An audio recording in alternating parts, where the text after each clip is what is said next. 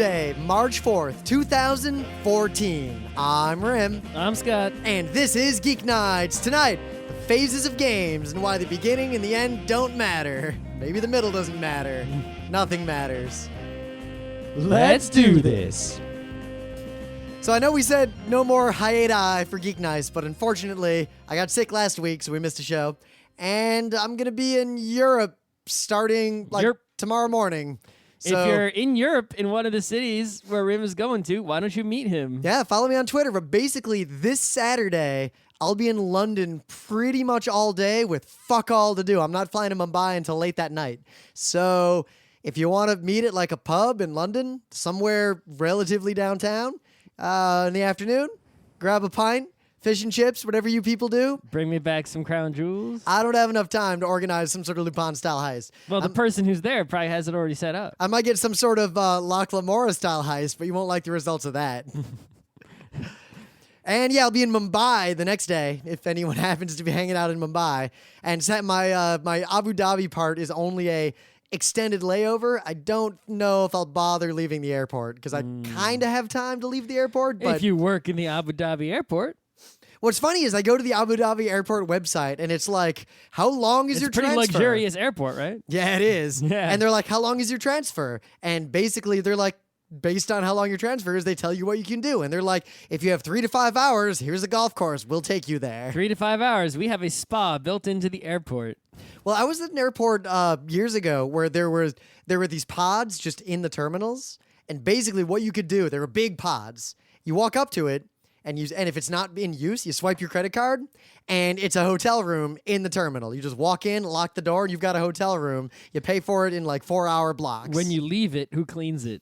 When you leave it, I guess it's locked out until the maids come, and then it opens up again.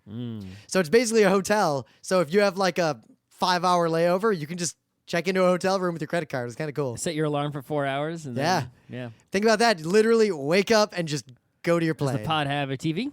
I assume so. A phone? I've never used one of these things. Does the bed vibrate? I've not seen a vibrating bed since the Chai Motor Inn. You remember those days? That one day, yes. Yeah. Those days when we'd stay in cheap hotels and, motels in weird places for weird reasons. I haven't done that in a while. We can afford not to. Well, we never travel far enough to where we need to stay en route to somewhere else, and we don't go to cons where there isn't a hotel nearby. Let's bike in one direction for a whole day until we get to a motel when the sun goes down. You know, that long-distance bike trips might be when we start hitting motels again. Anyway.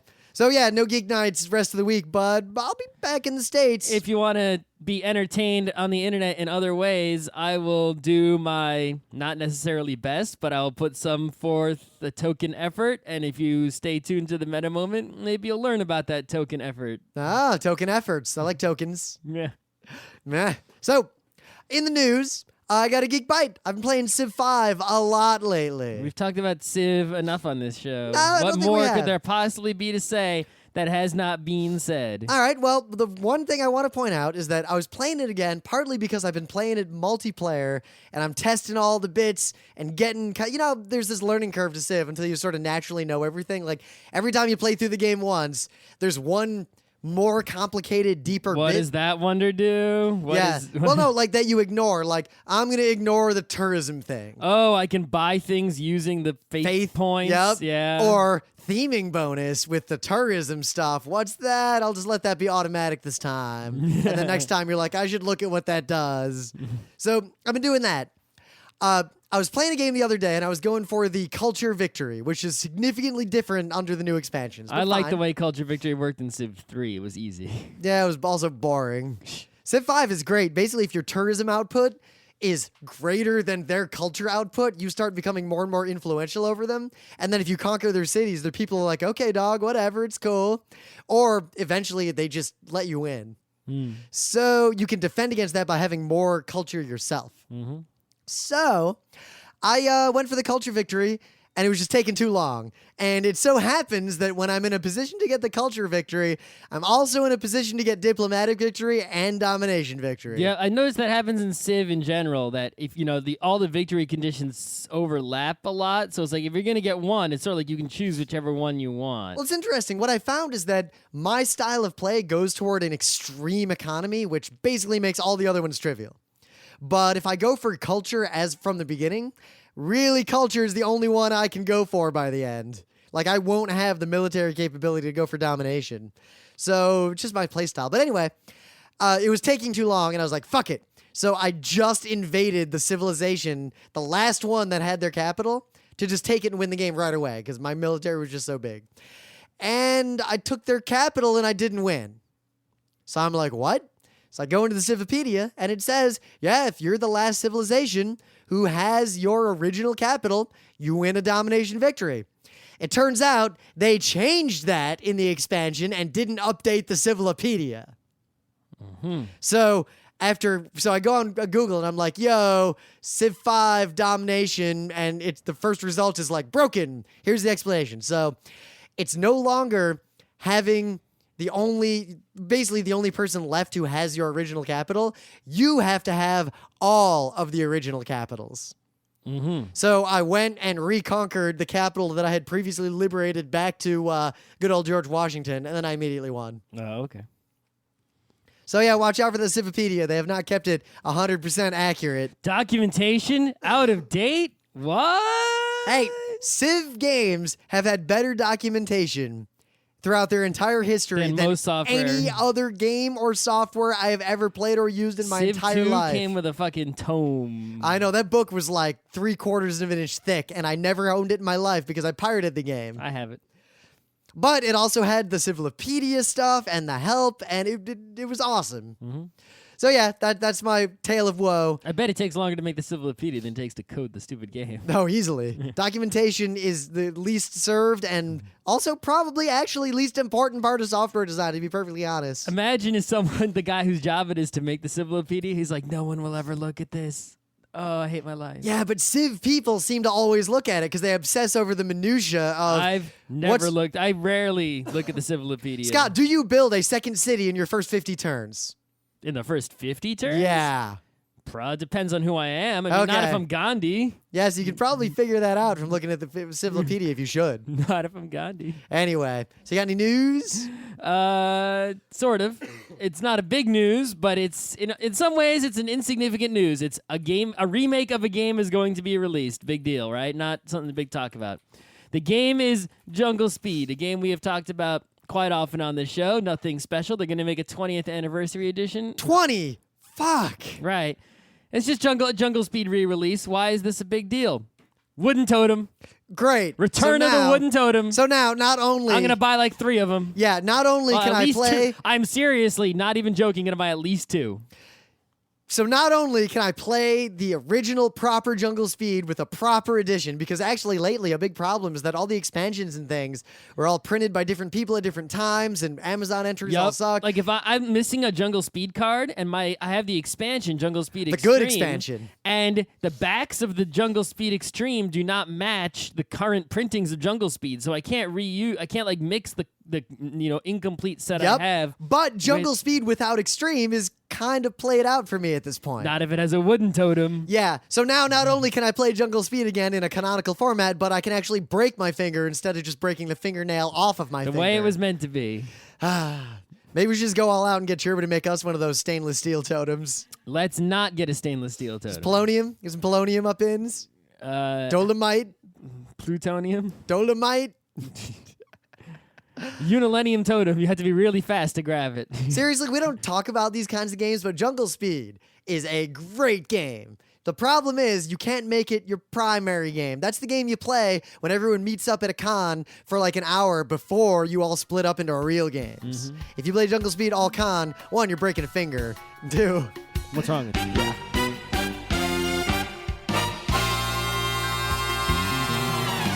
Things of the day. I can't really explain how I found this, and it doesn't have a lot of views, so I feel like, unlike my old days of Here's a College Humor video, I got something kind of obscure. Mm-hmm. This is an anime. Someone took the animation from He-Man and overdubbed it and made a sketch about Skeletor having ADHD, and it involves a baby. Are you sure it wasn't like a sketch that was done somewhere else, and then someone took the audio from that sketch and then matched up He-Man videos? I don't think so, because the audio specifically references Skeletor, the baby, Princess Adora, the baby. We stole the baby. Okay. Yeah. So if there's Princess Adora, the baby, and Skeletor and some other thing, then kind of want to see whatever that thing is. This is so close to what used to be the aesthetic of Space Goes Coast to Coast that it made me really want to watch old Space Goes Coast to Coast. I'm sure there is a torrent, all Space Ghost. There probably is. So if you like my thing of the day, do yourself a favor. Maybe I'll get that torrent and spend the rest of my life just resting on my couch. The thing is, there's not that much Space Goes Coast to Coast. That's only, there's a lot of it. There's more than you'd think. Well, do you also include like the Cartoon Planet stuff? Like, how Wow. deep do you go? That doesn't take that. That doesn't add that many hours. Yeah. Well, it's trouble because those episodes are, in terms of mental hours, like 4 hours long each. I think my favorite one is still the one where he just follows that ant for the entire episode. Anyway, you got a thing of the day? I do. So this would normally be a Monday thing of the day, but that doesn't matter. It's Tuesday, and you're getting a Monday thing of the day. You should learn some other geekeries, gamer people. I guess mine was a Wednesday thing of the day. So if you have a computer and you have a list of numbers and you want to tell the computer to sort that list of numbers, nowadays you can just do sort parenthesis list name close parenthesis and it'll happen. And But you don't care how it happens. Right, but how is it happening? How does a computer do that? I mean, a human being, you can just look at if I give you the numbers 1 to 10 on different pieces of paper, you can just put them in order, just Now, I'd hope that But you're a computer probably can't following... do that. Now, even then, you're not just going, you have some algorithm or process in your brain. Yeah, but it's like you'll just find the 1, put it first, find the 2, put it second, probably, right? Computer can't do that. Computer, to sort an arbitrary list of numbers, computer needs some sort of algorithm. The best algorithm on average is called the quicksort. How does the quicksort work? Watch these Hungarian folk dancers demonstrate. This is pretty great. So, in the meta moment, might not be Geek Nights for a week or so, and then we'll return. Scott is going to produce some content on his own, it sounds like, while I'm Content I gone. will produce will probably be like some Netrunner videos. Twitch stream? Streaming Twitch. I'm still playing Pokemon Leaf Green, which is the best Pokemon. Ah. So you can go to my Twitch channel. I got to start doing my Twitch streams more often, now that we know how to not lose our videos. I might be doing some other stuff depending on discussions with other people, maybe. Oh? Something secret? No, it's not really. It's just I don't know. You don't want to shit talk it until it's real? Yeah, exactly, right? Yeah. And then, but I already made one. The sample. I don't know. Just follow me in all the internet places. Yeah, like I mean, my YouTube Twitter, channel is Facebook, pretty much... G+, YouTube, Twitch. The Geek Nights Rim YouTube channel is pretty much the official Geek Nights channel in terms of like our panels, our lectures, stuff like that. Scott's Twitch is pretty much the official Geek Nights streaming channel. And remember, I have my own YouTube, which is mostly Netrunner videos, but not entirely. In the summer, it's also occasionally Scott biking somewhere. We got a lot of different channels on the internet. Our website, which maybe you could visit. Yeah. Our forum. Go to all those places. Our forum is pretty badass lately. You should really check it out. It's not like other internet forums. Go to all the places on the internet and follow us. Rim has some tumbles sometimes. Yeah, I'm going to tumble again soon. I got to queue up a bunch of tumbles and let them tumble on down. You got like Flickr account. We are the people who post things on the internet. Not like those shy people who are like deleting all their accounts saying, no, I'm not posting, So follow us and see things. Get the whole experience. Don't just listen to the stupid podcast. And thankfully, because I'm very careful when I go through Flickr, you're not going to accidentally see our dicks. Great. So, there was a fascinating article recently. What's the book club book? Oh, the book club book is wool, Okay. post-apocalyptic something. Like the shit that sheep grow on them. And That's a way to describe wool, I guess. and then you cut it off and make a sweater with. But you shear it off. Same thing. Not as subtly so. If I think cut it off, I imagine using like a knife or scissors. But shearing, I imagine using a shearing device of some kind. Oh, whatevs. So, there's a fascinating article about Civ V And though it really applies to all versions of Civ, and it asked a question where half the world said, duh, and the other half said, why would you do that? Who would ever do that? The question was simple. Is there ever a case in a civilization game where you should move your settler on the first turn rather than immediately building your city? Do you immediately press B or do you move your settler first? So, first of all, it depends on, I didn't realize this, there's a mode in Civ with biased starting position. Which is it's the best way to play. It'll put your settler in an amazing spot to start with, in which case there's really no reason not to just push B. And everyone else also starts in an amazing spot that's tuned to them, so it's fine. It gives you the resources that like your Civ is better with and such. So it's not like if you're I'm the boating Mongols. If you're a boating guy, you'll be on the fucking coast. You're not going to be like, I'm the Mongols. I never see a horse the entire game. Right. There'll be a horse right fucking there, right? So if you have that mode on, press B. If you don't have the mode on, right, then, well, you got to sort of look around, right? You can only see so far. So it's like you look at your spot, and it's never going to be a bad spot. They never give you something awful to You're start on with. one desert tile surrounded by ocean in every direction. No, surrounded by mountains that cannot be traversed without flight. No, it's like they'll start you in an okay spot, but it's like if I spend a turn moving, right, am I going to see a better spot? Which direction do I go? Assuming you're like surrounded by land. And this is new. I mean, in old Civ games, you'd like sometimes you start with 2 settlers or a settler and a warrior. Oh, 2 settlers was so good. Oh my god, 2 settlers was in my Civ 2 strategy was pretty much restart the game until you get 2 settlers. Yep, and then build as many fucking cities as I can as fast as possible. Yep. Because fuck you. That's right. And that worked really great. That was my strategy as well. Of course, that was an era when I didn't really play Civ games against humans. No. Because if someone tried that shit against me, my one horseman would has just the take happiest all day. the cities and all the settlers. Oh, is that a settler all on his own running to hurry up and build a city? All right, build it. Yoink. Nowadays, the city defends itself, so you got to grab the settler. Now, the article is fascinating because it, one, brings up this schism that, think about this, a popular game franchise had a question, a simple strategic question. You have a choice on your first turn, otherwise why wouldn't you just start with a city? Yep. So there is a choice there. Half of the people who played Civ never even considered that choice mattered, and the other half agonized over that choice. Well, because, I mean, you're sitting there and you're thinking, if I wait an extra turn before building the city, I'm giving up, 2 barrels, 2 grains, and a shield, maybe? Right? Worth of production? Yep, on turn 100, how much is that going to matter? Possibly a lot. Right, because that means I could have gotten, like, a temple a turn sooner, which means I could have gotten something else a turn sooner, and so on and so forth. And you imagine, wow, that adds up to a lot of resources. But what if I move to a better spot? Right? If I move and land somewhere that then has, say, a better resource, like, I don't know, wheat. A wheat. Wheat's pretty good. That's like an extra.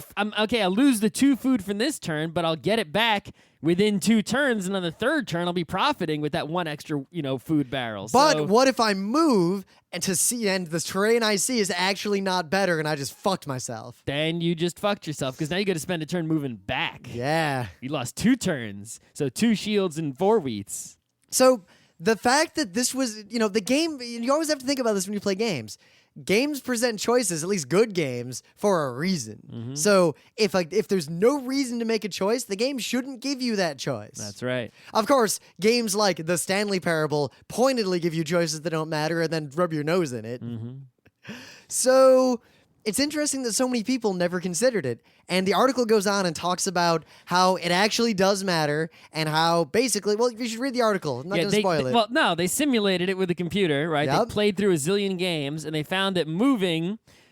Spoilers. On average, yeah, sure. Helps you because you're going to a better spot, assuming you don't have the awesome starting. Yep, so it assumes you don't have the bias start, and it assumes you're not dumb. Right. It's like you're going to move, you're going to get into a better spot usually, and then that's going to add up to being more, right? They did do an interesting control of they would test the same Civ, one not moving and one not moving and not settling the first turn. Yep. And that one objectively just did way worse. Yeah, well, I mean, there's always the thing of you have a starting spot that they put you in, and it's like you can actually move the settler and push B on turn 1. So it's like, what if they put your settler like 1 space away from the coast? Do you go and make your city a coastal city? Yep. Or do you just park it where it is and get a little bit more land. I've in there. decided that the answer in Civ 5 is yes, you need that fucking coastal city. Jesus.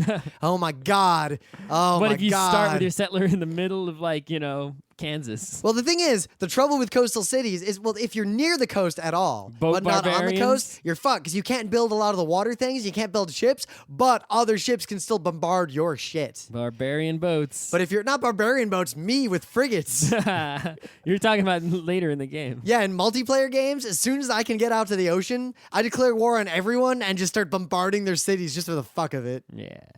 I'm kind of a jerk in Civ games. Anyway, so early game, late game. That's kind of the topic here. There's also mid game, right? So pretty much any game you play, even a game that seems like it might not, like a game that's so, I guess rock, paper, scissors does not have an early, mid, and late game, right? Well, Sean, Ken, Po, early, mid, late. No, not really. But any game where you have to make more than one decision in sequence before the result happens, right? Can be broken up into sort of phases, right? To which are pretty different from each other. Even tic-tac-toe, right? The early game is like the setup, right? The mid game is don't die, and the late game is finish them off or actually tie, right?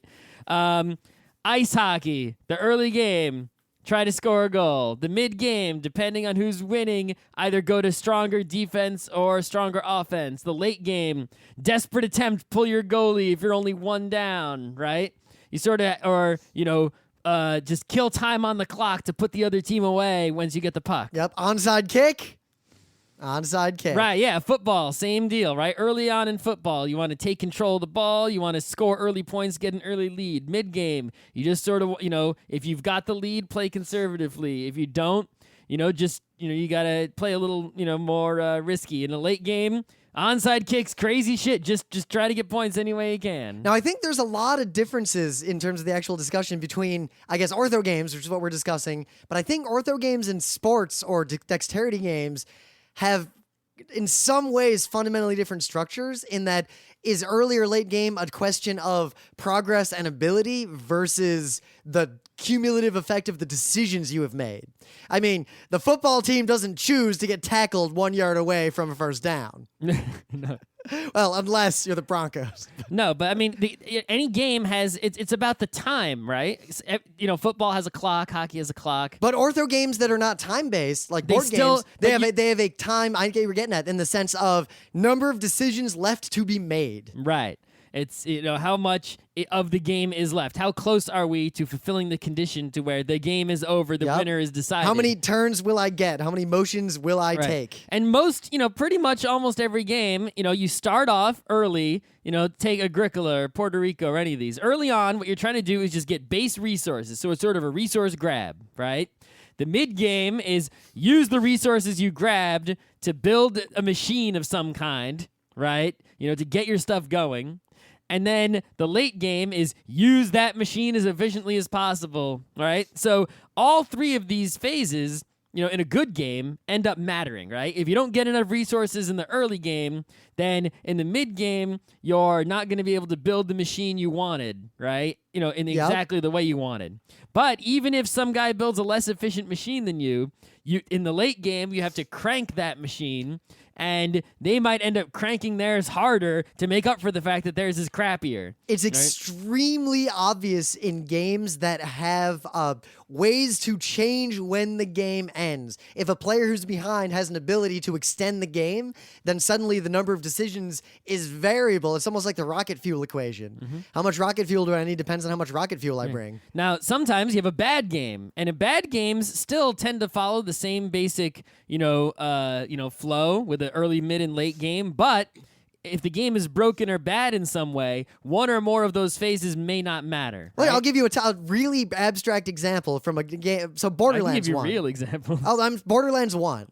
In the early game, you're extremely, or even for a single player, straight up IDEO game, Deus Ex Human Revolution. In the early game, your customization of weapons and picking up the right weapon and choosing the right weapons matters a lot. What skill tree you unlock and what skill you use next matters a lot. It has huge effects on your game.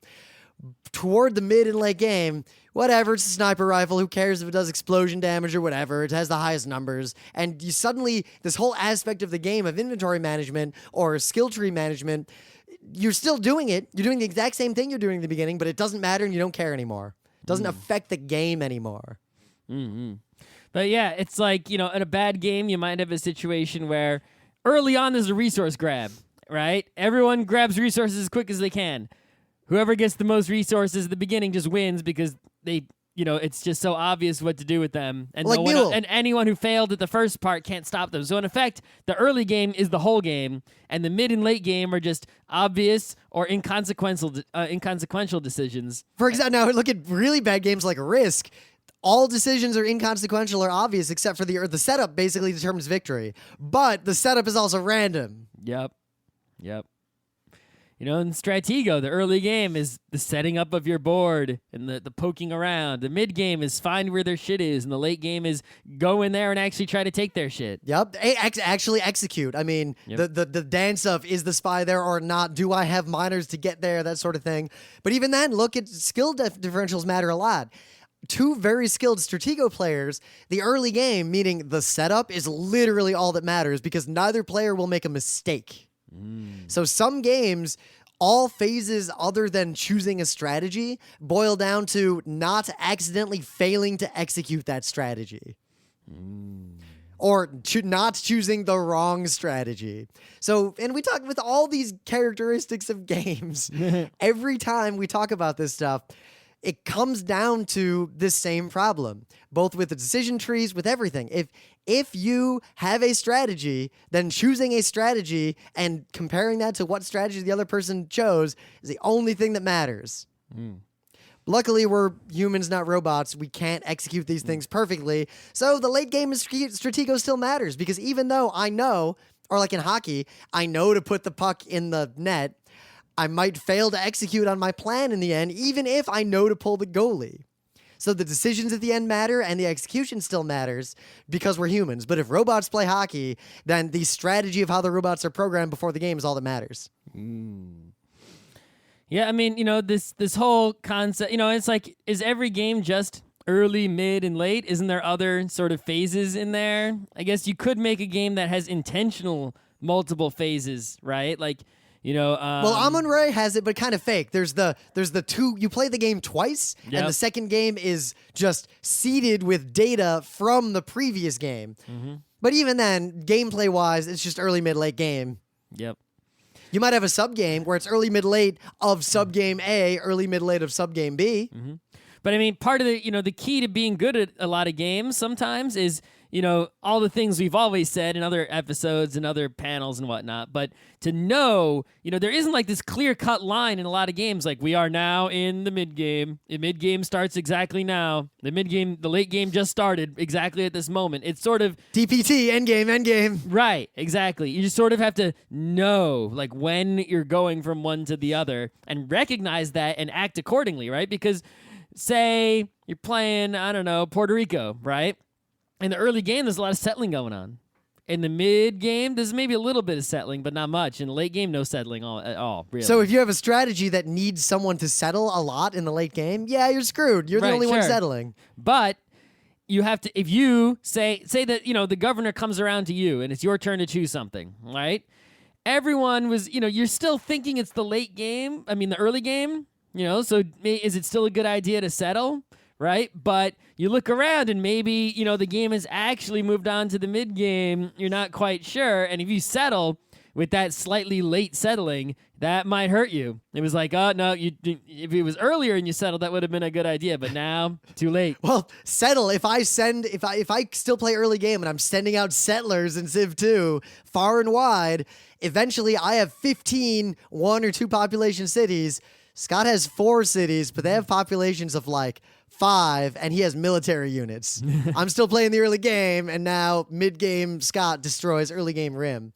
I think it's all of you have to sort of know, like, when in a game it's time to sort of change gears and do something different. I think we can recommend the exact board game that might be the best game I've ever seen at teaching people how to identify this. St. Petersburg. Oh, it's a true St. one. Petersburg is a game. We've reviewed it on Geeknights, I think. I'll link to it if we A long did. time ago, yeah. I'm assuming we did.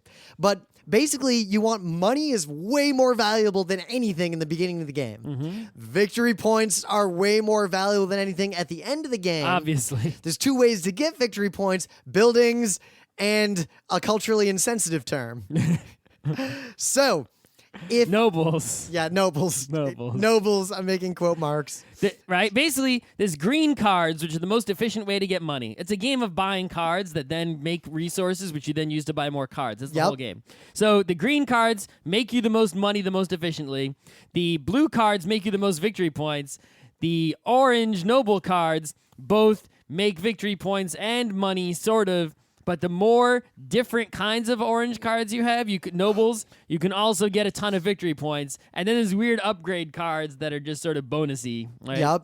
But So you have to figure out in the game, everyone at the beginning of the game, right, gets green cards, hardcore.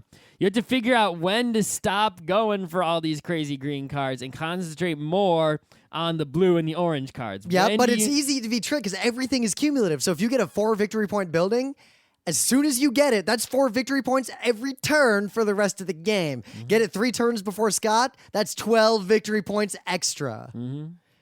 But the gold cards do the exact same thing. But if you get a blue, like if you just buy an amazing victory point thing on the first turn, you're actually going to lose because even though you get a ton of victory points, you are not getting enough money to get any more victory points.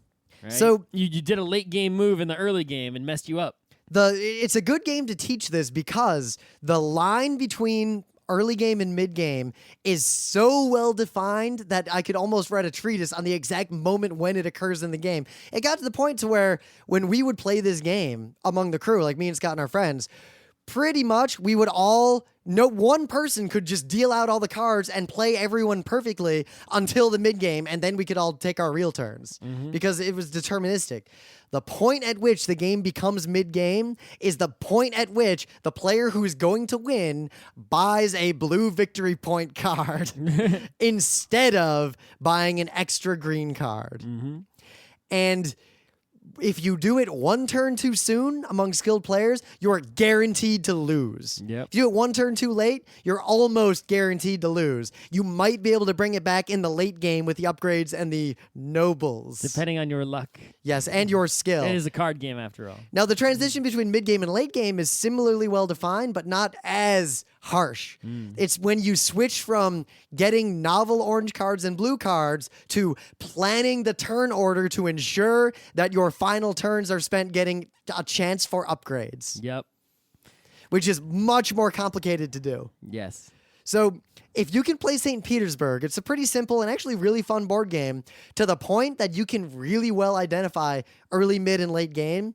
You will have superpowers when you play most other games. Now, why is it that these games sort of have the early, mid, late? Why can't there be a game with like 5 phases? Super early, middling, kind of late, super late. How come that doesn't happen? It always seems to come in 3s. Every game I think of, there's always this sort of early, middle, late. The initial building, the having and using, and then the finishing move. I have a good answer. I don't know if you're building toward one or not. No. Now you're just putting the question out. You know, it's funny Can you 'cause think of a game that has more than 3 sort of strategic phases in it? the game that Gergie plays in Player of Games. Sure. But that's just a bunch of sub games that all is. have That all have 3 phases to them? I have a pretty simple argument that I just came up with. So if there's a hole in the logic, I would love anyone to tell us why you disagree. I think the reason this is the perfect delineation of game phases is that if you add more distinction, the distinction becomes less meaningful. And it becomes so much less meaningful that if I try to split Civ V into beginning, early, mid early, late early, like if I try to break up that early game to all these different phases, then those individual phases branch depending on what kind of strategy I'm pursuing. So my early, mid, late, mid game might be building an extra phalanx when otherwise I could have built a warrior for fewer resources or an extra settler.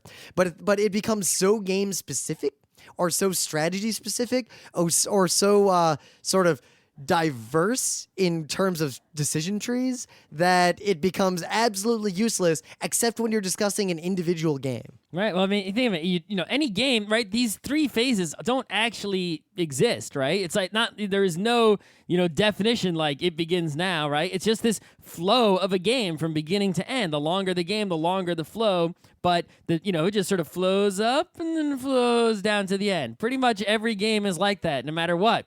So, if you cut it into 6 pieces, how different is piece 4 and piece 5 going to be in the flow? Not very different.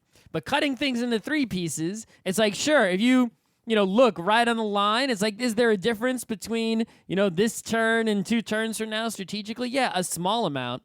But cutting into 3 pieces, you can pretty clearly see, like, aha, there's a big difference between these things, right? And you only need to think in 3 pieces in order to get a handle on what you should be doing. At best, I could propose adding, but again, it's game specific, a 4th phase. Setup. Yeah, before you even start playing? Like, Settlers has the setup and then early mid-late game. But again, as soon as you add that phase, it's not applicable to all games. The 3 phases is probably the sweet spot of differentiating enough to be useful, but globally or universally applicable enough to apply to the vast majority of games.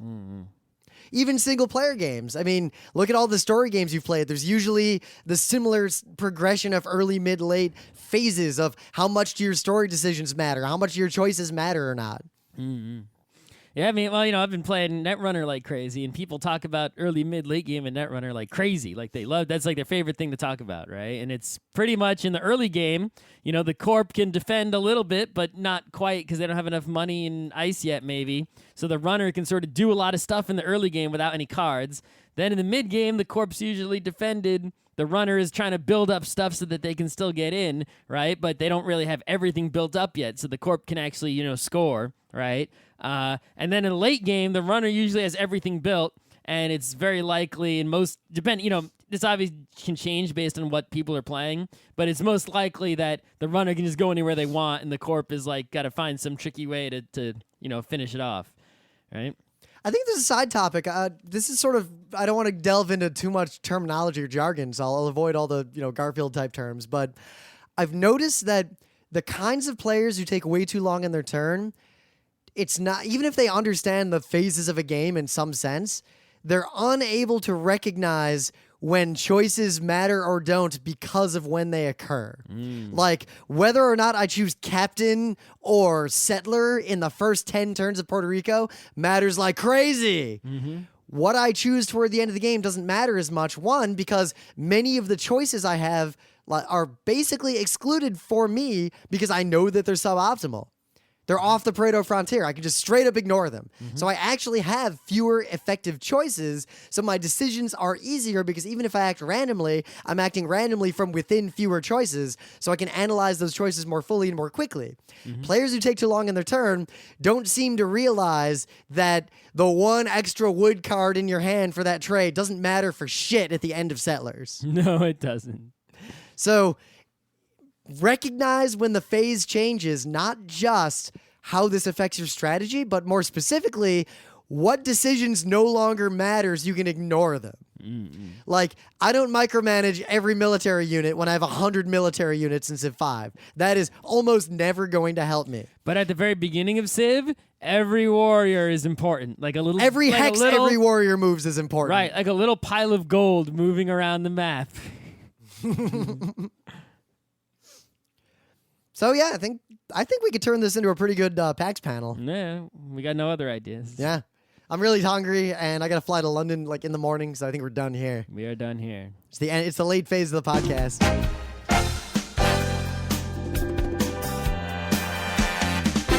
This has been Geeknights with Rim and Scott. Special thanks to DJ Pretzel for the opening music, Kat Lee for web design, and Brando K for the logos. Be sure to visit our website at frontrowcrew.com for show notes, discussion, news, and more. Remember, Geeknights is not 1, but 4 different shows. Sci-Tech Mondays, Gaming Tuesdays, Anime Comic Wednesdays, and Indiscriminate Thursdays. Geeknights is distributed under a Creative Commons Attribution 3.0 license. Geeknights is recorded live with no studio and no audience. But unlike those other late shows, it's actually recorded at night.